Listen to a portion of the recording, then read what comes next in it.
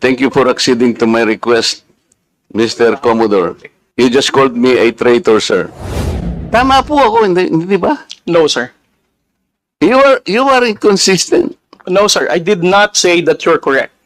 I will not agree that you are correct. West Philippine Sea is our exclusive economic zone. Is it not important to you to correct something that did not originate from you? It's because, Mr. Chair, the only time I learned about that was when I heard about your interview calling me Gago and Mangmang. Why would I even defend you if... Well, nasa social media. Sir, I didn't use the word traitor. Mr. Chair, with your permission. Butit inulit mo, Commodore. Bago ka sumagot doon sa tanong niyang Juan, patapusin mo muna yung legislator and then you wait until you are recognized by the chair, okay? Yes, sir. Thank you. Thanks, sir. Please proceed. You said that you did not say that I am a traitor, but it is in the social media. Did you take an effort to clarify that so that you could not mislead people because they might believe that you have said that? It is only now that you are disowning this statement. Mr. Chair. Mr. Chair. Yes, sir. To the Honorable Marcoleta, sir. Let's put it on record. I did not use the word traitor in describing your statement that the West Philippine Sea ay kathang-isip lamang po. Let me read my post on X. I stand by the statement of President Bongbong Marcos when he said, ang West Philippine Sea ay hindi kathang-isip natin lamang. Ito ay atin, ito ay mananatiling atin hanggang nag-aalab ang diwa ng ating minamahal na bansang Pilipinas. Hearing someone claim that the West Philippine Sea is merely a fabrication of the Philippine government is a disservice and an embarrassment to their entire party, the organization he belonged to, and even their own family. How can the one face the younger generations today and tell them that our exclusive economic zone to the west of our archipelago is non-existent, effectively giving up the fight to assert their rights as Filipinos in the West Philippine Sea? Mr. Chair, sinabi ko ba na katang-isip ang West Philippine Sea? I cannot recall, Mr. Chair. Hindi, kasi ang salita mo dyan, merong nagsabing katang-isip. Sinabi ko ba na katang-isip ang West Philippine Sea? I said I stand by the statement of the President. I did not mention you said it, sir. Meron kang katang-isip na sinabi dyan eh. To whom are you referring that? No, sir. The katang-isip phrase was the President's statement during his SONA. I just merely restated the statement of President Bongbong Marcos Kaya nga, when he you are now... delivered it to SONA. Kaya mo lang nilabas yan after I said that there is no such thing as West Philippine Sea. But that is in context of the fact that it is not yet registered in the International Hydrographic Organization. Alam mo, Commodore, ang procedure. Tama. Mr. Chair? No, you have to answer, Mr. Chair. Alam Yes, mo sir. yung procedure kung paano maitatala, kung paano natin papangalanan ang isang karagatan na tayo ang may-ari. You know the procedures, right? With respect to the 19th Congress who passed the You have Republic to Act answer my question, 12064, Mr. Chair. the Philippine Maritime Zones Act, sir, the West... Kindly repeat your question. You know, Commodore, the procedures on how we can register the name of a maritime area that we control or that we believe it is ours. You know the procedures on how Yes, to sir. register. Okay. So, ano na po ba, nakarehistro na po ba, nairehistro na po ba natin yung West Philippine Sea? Sir, with regard to your question, there must be a legislation and then submit it to the international... Oo nga, meron na po Hydrographic tayong Organization. legislation. And Yes, as a sir. matter of fact, Nagagawa na po yung Congress. Kailangan po talaga yon. Yes, sir. Nagpasimula tayo sa administrative order pero kulang yon. Kaya nga po ang Congress gumawa para tulungan po kayo. Okay, sa ngayon po, sa tagal na po ng proseso, yun po yung dapat ninyong palaging gagawin. Kailangan lahat ng lakas natin gamitin, maparehistro po natin. Pero ngayon, hindi pa nakarehistro. Tama po. Again, sir, answer your question in Please. steps by Commodore, sandali. Yes, sir. Please answer the question Yes, directly. The question calls for a yes or no. No, sir. If it's in IHO, yes, through legislation. Sinasabi ko yung IHO because this is the only world body that officially names a particular area of the sea. Kaya sa konteksto po ng pinag-uusapan natin, kaya ko lang nasabi, sapagkat hindi pa po nakatala, we need the international community to recognize a part of our own. Yun lang po ang punto doon, Mr. Commodore. So kung hindi pa po nakatala, tama po ako, hindi ba? No, sir. You are inconsistent. No, sir. I did not say that you're correct. I will not agree that you are correct. West Philippine Sea is our exclusive economic zone. Eh, Mr. Chair, wala tayong dispute that. Sinasabi ko na nga sa iyo, yung sinasabi nating West Philippine Sea is our own exclusive economic zone. This is ours. You and I should fight for it until the last drop of our blood. Ang sinasabi natin dito, kagaya ng nire-request ng CICC, let us educate our people sapagkat ang alam ng mga tao, lahat tayo, ang alam natin, nakarehistro na. Ang sinasabi ko, hindi pa po nakarehistro. Ikaw ba pwede kang mag-enroll sa isang eskwela nang hindi ka nag-register, nang hindi ka nag-enroll? You answer my question.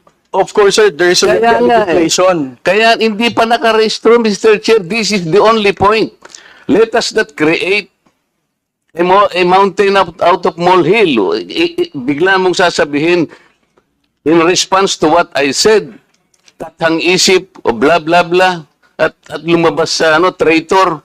Hindi ka man lang gumawa ng effort, for example, na I did not say that.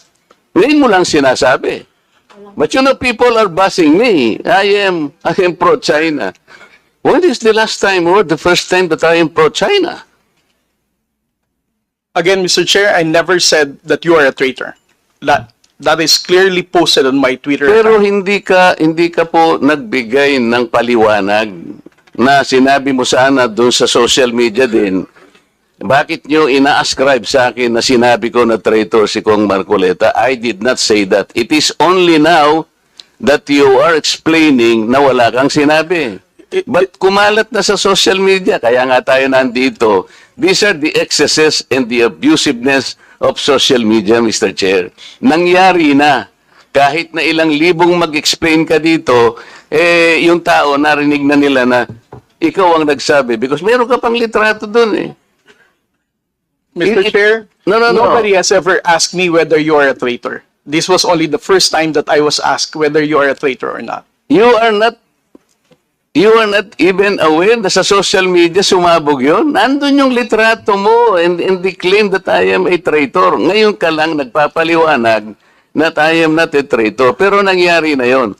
Mr. Chair, I don't think that I'm under in any obligation to respond to all those social media Mr. posts Chair, by bloggers, now social media influencers to tell them that Mr. they're Chair. wrong.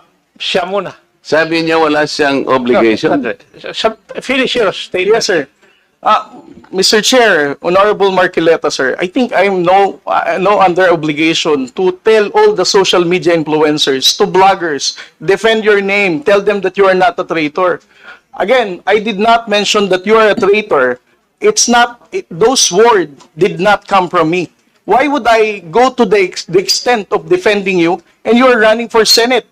I might as well be interpreted as supporting somebody for public office. Mr. Chair, clarifying something that is wrong is Have not the floor, political. please. Thank you, sir. Commodore, ang tinatanong lang ni Honorable Marco Rex that merong lumabas kang statement. Siguro, binigyan ng interpretation ng ibang vloggers at nasabi na traitor si Honorable Marcoleta. Ang tinatanong niya is, unang-una, alam mo ba ito na ganun ang nangyari? Would you know? No, sir, because when it became a social media popular post, I was not here in the country. I was actually in the official business outside. So when did you come to know about this? I only came to know about it when Congressman Marcoleta called me Gago and Mangmang in one of his interviews. So when was that?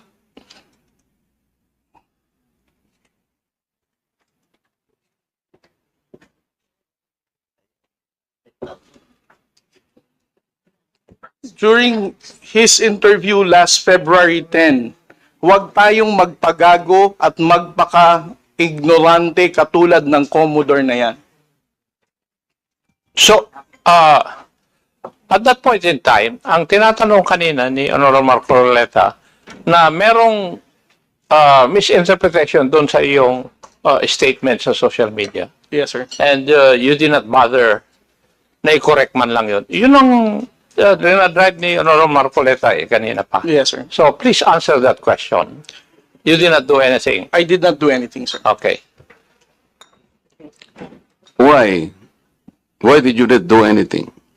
It's because, sir, if I'm going to keep on defending to any, because one, No. yeah, You are not supposed Yes. to defend me. Yes, sir. Because If as I it is said, true, Mr. Chair, that he did not call me traitor, but it continues to be there and to be consumed by the public through the social media. I think it is his responsibility to deny it if it did not come from him. That is all I was asking. And I think this is not too big for him to do. Yun lamang eh. Yeah, but he admitted that he did not do anything. Yun na nga. That's why I'm asking why is it not important to you to correct something that did not originate from you? it's because, Mr. Chair, the only time I learned about that was when I heard about your interview calling me Gago and Mangmang. Why would I even defend you if you're calling me Gago? As a commissioned officer of the Philippine Coast Guard, being a spokesperson, calling me Mangmang, not knowing what I'm saying. But actually, if you will read that context, How would I even the defend act you? of doing it Sandali, is the sandali. one that is Papasukin gago. mo muna Di siya. ba? Yung ganon, not necessarily the person eh. Eh sabi ko nga sa'yo, kung kinorek mo man lamang yun, because it continue to be there in the social media, Mr. Chair, yun ang nakakasama sapagkat people, hindi ko naman sinabi talaga yun. Mamamatay siya because it came from you. Pero pag hindi mo sinabi at you continue to be silent, akala ng tao, sinabi mo. So that is the problem, Mr. Chair. And I think we are hearing this in order to correct the misconception and misinformation because it continues to spread. If you get the point, Commodore, Mr. Chair. Mr. Chair, again, sir, kung bakit ko po hindi binawi ay dahil nalaman ko lamang po itong balita na ito na nag-spread siya nung nagpa-interview po kayo na ginagago niyo po ako. As a human being, how would I defend somebody na ginagago po ako sa public interview? Mr. Chair, kung titingnan mo yung konteksto ng pagkakasalitan, hindi ikaw ang ginagago. Ikaw ang ginagago. Ang sinasabi ko rito, let us defend our own nang hindi tayo nagiging gago o kaya nagiging emotional. It's actually hindi sa tao eh. Kung hindi yung act na, halimbawa wala tayong ginawa o kaya sinabi natin. Kasi nagmumula ako, Mr. Chair, sa pagkakasabi na hindi man lang tiningnang mabuti saan ba nang galing itong narrative. Ngayon, i-explain ko nga sa iyo, Commodore, ito yung nangyari doon sa pinagsimulan na dapat nating i-educate ang ating mga kababayan. Yun ang pinagmulan nun. So it is not disservice. I do not deserve to be called a traitor just like that. Kasi ang gusto kong mangyari, lumitaw, mainformahan natin ng tao na sa ngayon, hindi pa talaga naitatala officially yung West Philippine Sea para malaman ng tao. At yun ang kailangan natin gawin. Pagsikapan natin, pagsakitan natin, ipatala natin, Mr. Chair, Because pag napatala na natin yun at ginugel nila, o talaga palang merong West Philippine Sea. Hindi lamang dahil sa nandun, gumawa na tayo ng batas. Because, Mr. Chair, that is preparatory para maipatala na nga natin eh. Kaya lang natatagalan talaga. Ganon siguro yung proseso. So yung pong mga ibang vloggers, Commodore, hindi nila ma-recognize. Kaya example ko kanina, ginugugel, wine-waste ni Congressman Barbers, yung kalye na na gawa lang ni Congressman Paduano, hindi po niya makita. So nagkakaroon ng confusion. The tendency to be misinformed proceeds from the fact na hindi pa talaga na ipatala, sir. That's the only point.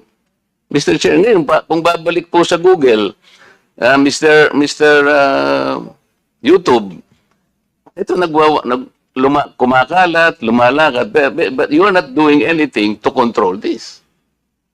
So, ang daming, ngayon, nagbabas sila sa akin, si Marcoleta, pro-China. Ngayon, may lumitaw na naman through your platform. Lahat po ng senador na kagrupo ni ganito, lahat po sila ay pinopondohan po ng China. Nandito ngayon.